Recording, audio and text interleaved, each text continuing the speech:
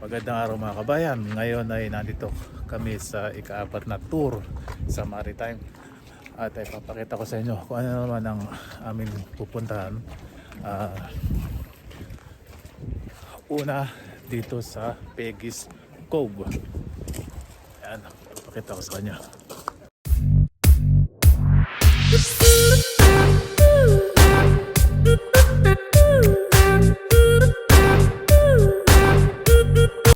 Ayan.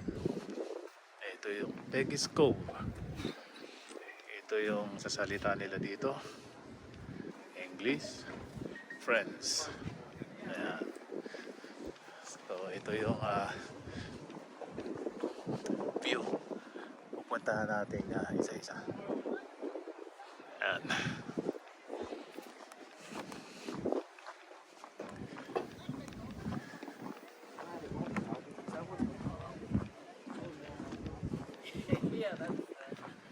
Ayun yung kanilang lighthouse. Malayo pa.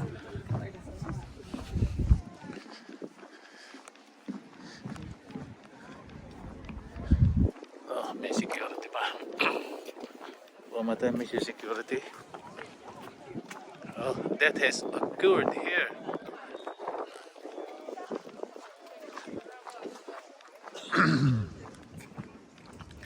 Pababa tayo sa papunta sa lighthouse.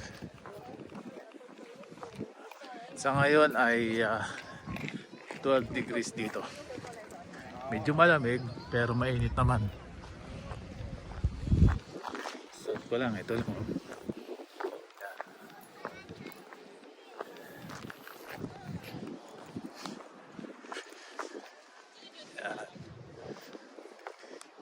Oops.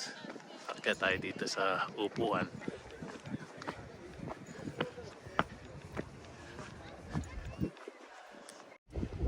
So dito delikado sa pagbaba. Pag dumiretso ka, diretso ka na doon sa tubig, malamig. Pag galing ka doon. So doon kami galing kanina. Ayan. Ito ang mga dinarayo ng mga turista dito, mga kabayan.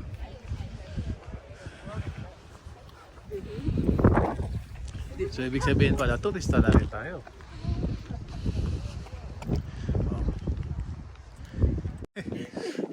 So mga malalaking bato ito. Ito ang mga dinarayo. Ayan. Comment down lang kayo, Belo, kung dyan ba sa Pilipinas may lugar na ganitong malalaking bato. Parang wala akong natatandaan na lugar dyan sa Pilipinas na may mga malalaking bato na ganito.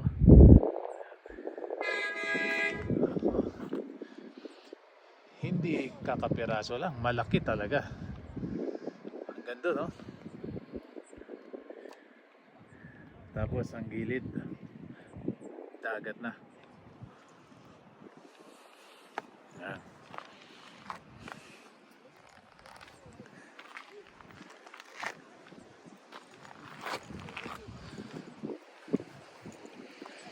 May pangilan-ngilan na damo pero lahat malalaking bato. So narating ko na yung gilid dito sa Peggy's Cove. Ayan, ang paligid niya. Puro bato. Ang harap ng dagat. So ayan, ang harap ng dagat ng Peggy's Cove. Ayan, oh. Malayo na ako doon sa mga kasama ko. Andun na sila. Kakaiba kasi ito. Kita nyo naman. Sa halip ng mga buhangin ang pampang niya ay puro bato. Ayan. Tapos ang lalim pa. Ayun. Yan.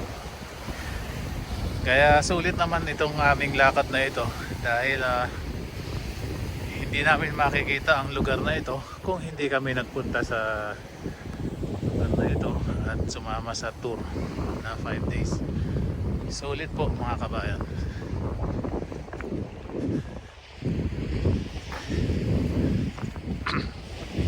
Ayan. Nakita ko pa yung iba. At saka, alam niyo po mga kabayan, yung mga batong ito ay hindi siya nagmo-move, hindi siya gumagalaw. Talaga nakapix po siya. Kakaibang creature po ito.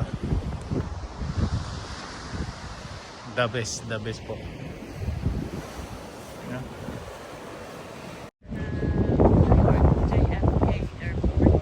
Okay. Alam niyo mga kabayan, mayroon lang ako idadagdag na information sa inyo. Yung lugar na yon, noong 1998, may bumagsak na eroplano doon.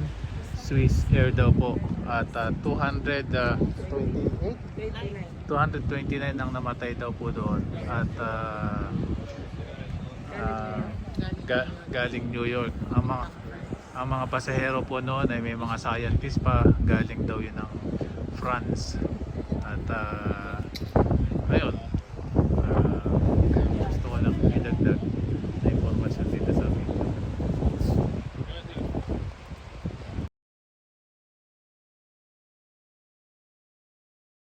So ngayon, lagpasan na natin tong White House. Nandito na uli kami ngayon sa dulo. Ito. Hindi ito kasing taas nung pinuntahan ko kanina na kita agad ang tubig sa dalampasigan. Ito medyo malayo. Ayun. Yun daw kulay itim na bato, bawal daw puntahan. Ayan. Kasi delikado daw. So kaya hanggang dito lang kami. Mas maganda dito ang lighthouse o tayo.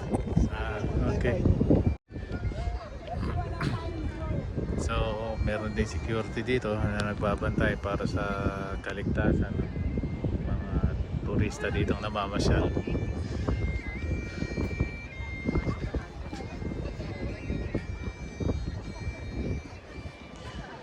Kahit malamig, maganda ang init ng araw, so hindi mo maramdaman ang lamig, maramdaman mo ang init ng araw. Ang dami ng mga turista kasalukuyan ang dumadami kasi maganda ang araw ngayon.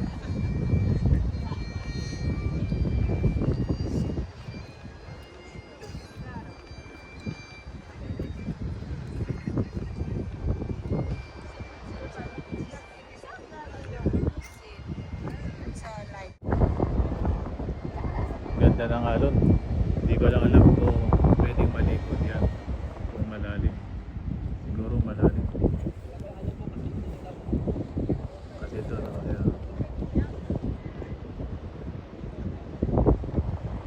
Parang umiikot yung tubig.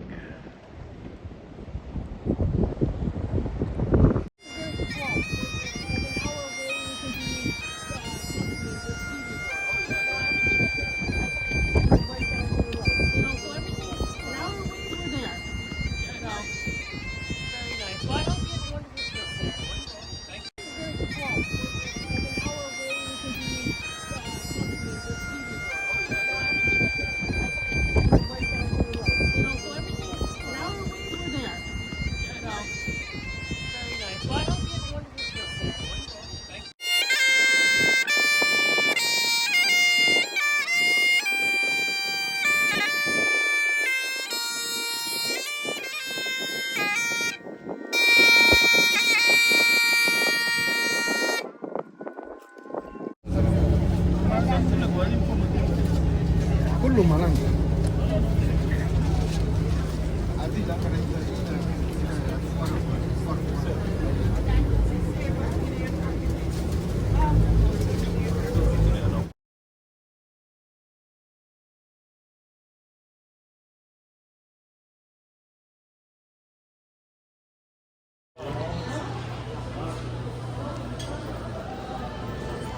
Siyempre kasama sa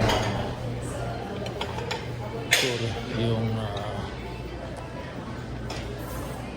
pagpunta sa buffet, kasama yan sa package. Ayan. Parang ito din yung pinuntahan din natin dati.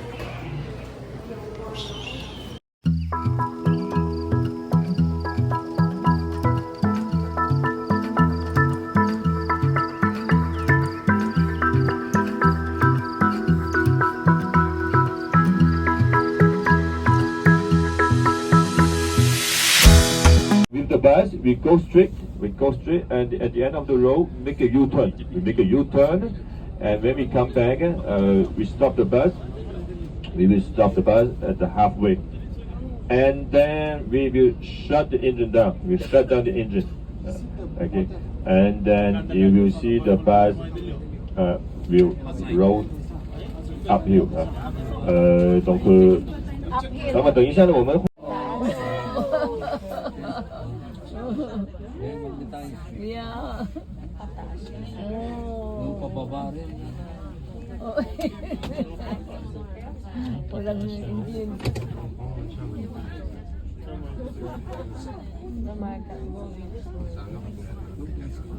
Magic.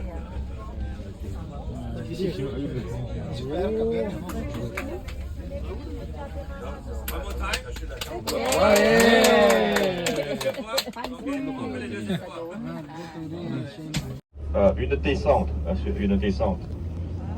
Alors, cela se produit tout simplement parce que avec le paysage environnant et aussi l'horizon, parce que vous voyez pas le vrai horizon, hein, le plan horizontal. Okay, so what happened is so right here. Dinadaya ka, akala mo pataas, pero pumaba talaga. Hindi, in reality, pumaba talaga. Parang Ang basa, yun po nasa paligid, dinadaya tayo, akala natin pataas. Pagkaka-design po rin dito. Pababa talaga. Yung lugar, yung mga paligid, kinakompis yung mata natin, pataas. Which is hindi naman pala talaga.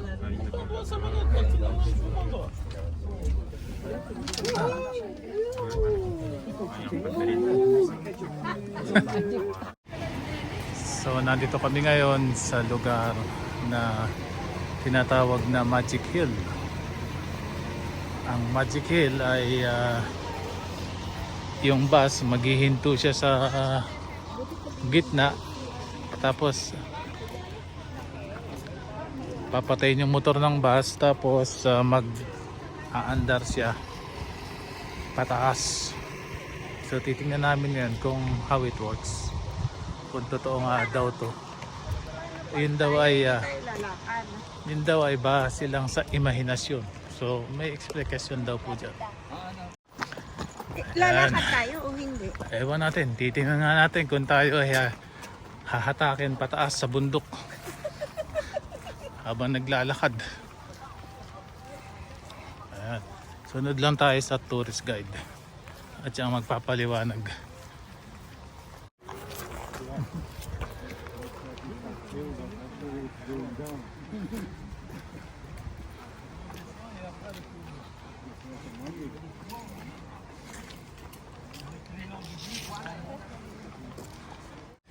So, nandito tayo ngayon sa Magnetic Hill at sinasabi na pag yung bus ay hininto mo dito sa gitna, papatayin ng motor, tapos aandar yung motor, ang bus pataas. Pero sa katotohanan, ang bus ay hindi pataas. Sa totoo, ito ay pababa. Tingnan nyo, ha? Tingnan nyo ang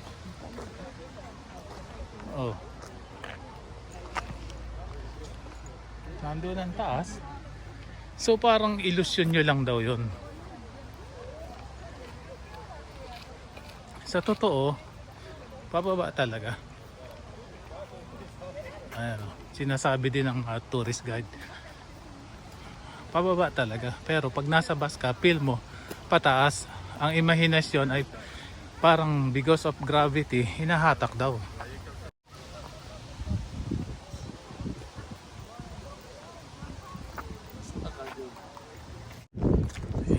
So nandito kami ngayon sa Sidiyak naman, Sidiyak ang lugar, ang pangalan. At ang pinupuntahan dito ay ayun.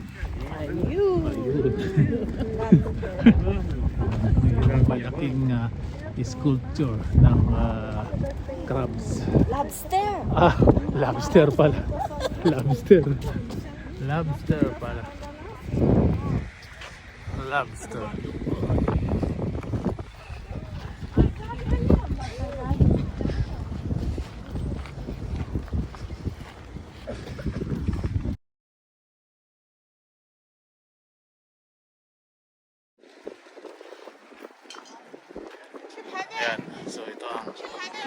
pupuntahan dito sa lugar na ito sa Sidiac.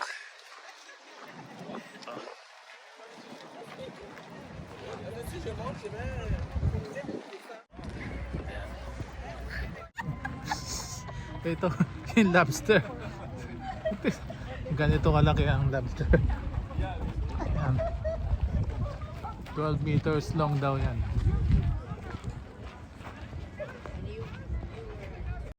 So the world's largest lobster, commissioned by Sidiac Rotary Club. The world's largest lobster was created and constructed by the late Winston Bonham.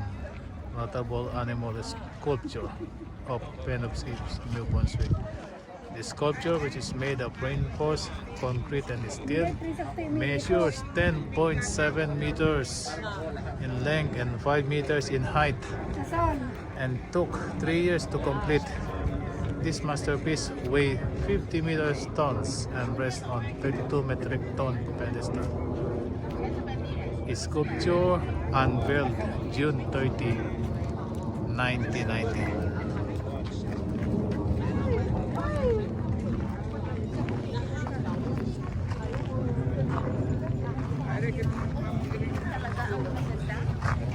Dito talaga ang may view. Dito talaga ang may view ng lobster.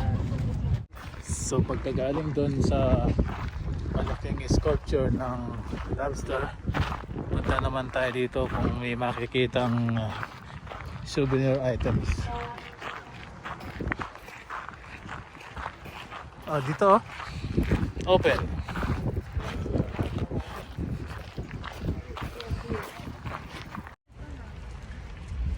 Yan.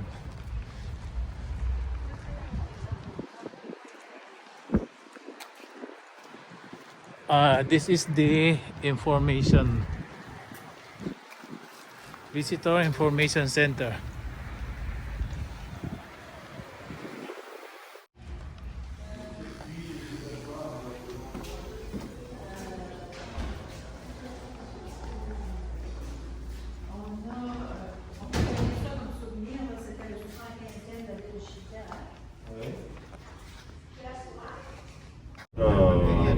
So yan, nakikita nyo 一个小时啊，一个小时，这个6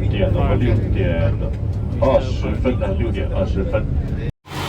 Yeah, so stop ulit tayo ngayon dito at ang pupuntahan naman daw ay Eco Center.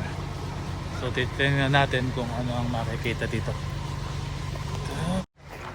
So this is the Irving Eco Center, dedicated to the restoration, preservation and understanding of Lagoon de Busto for the people of New Brunswick to experience and enjoy.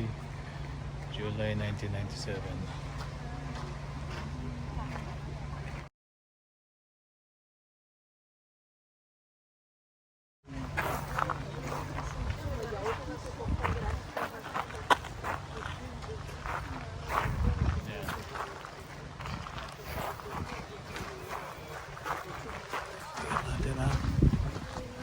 Oh, bawal si Blue dito. Bawal din tamakbo. Formation. So, titingnan natin kung alin ang pinireserve nila dito.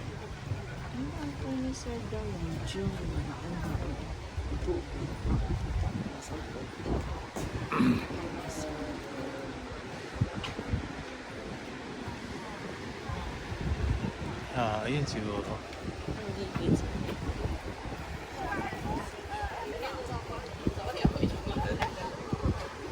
Ayun.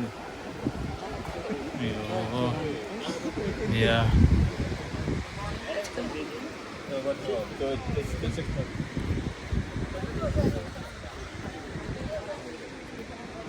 O kunsyen, no dogs. So ito ang pinireserve nila. Yung gilid ng Pampang.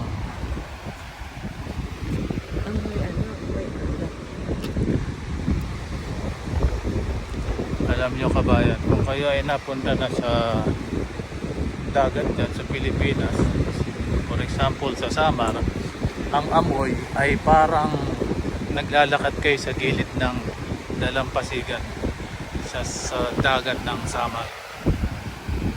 Ayan. Ito nyo ginawa oh. Yan. So, yung Pampang ay pinireserve nila. Paano pinireserve? Gumawa nito. Yan. Gumawa ng daan na ito. Oo nga naman, ano? Meron bang lugar dyan sa Pilipinas na pinalagyan ito? Pwedeng paki-comment na lang po dito sa comment section para malaman din naman ng ibang viewers natin. Yan.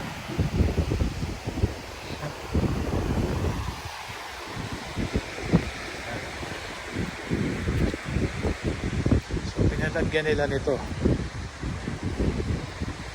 Ang tanong ay gaano katagal ginawa ito? 12 kilometers ang haba daw po nito. Ayan. Siguro doon, let's say sa Manila Bay, papalagyan ito. Pwede natin sabihin sa government sa Pilipinas, ipakita itong bidyong ito at gayahin para hindi masira ang Pampang. Kaya lang baka malaunan magkaroon na naman ang mga tindahan dito. Mahaba, oh.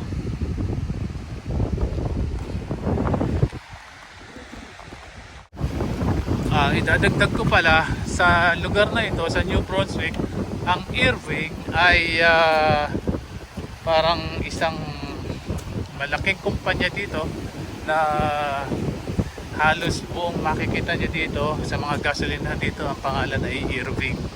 At 65% daw ng negosyo nun ay pag-aari ng pamilyang iyon. Yeah. Ulitin ko po ulit, 65% daw po ng negosyo dito sa New Brunswick ay pag-aari ng Irving. At private po yun. Imagine pinagawa nila ito. Pinagawa nila yon 12 kilometers na yun.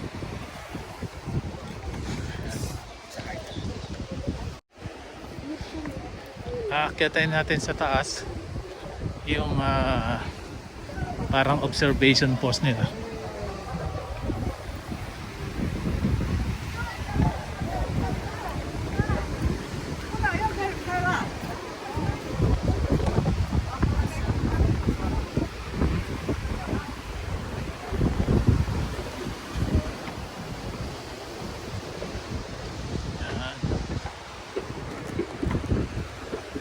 Huh?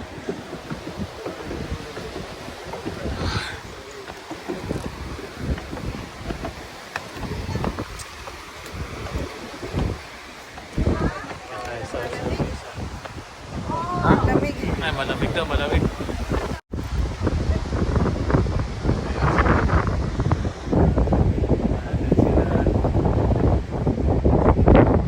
Kitang-kita yung drone.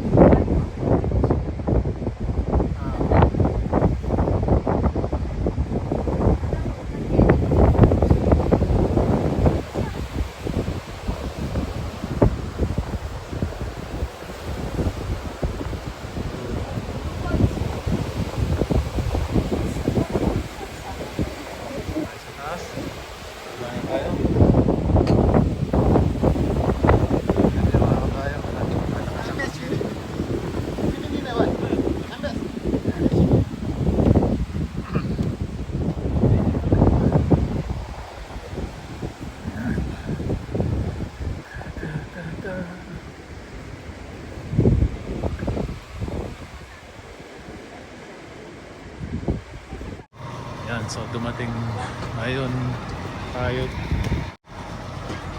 Ayun, so dumating kami ngayon dito sa ito, 4 na gabi sa hotel namin tutulayan. Haba ng pila.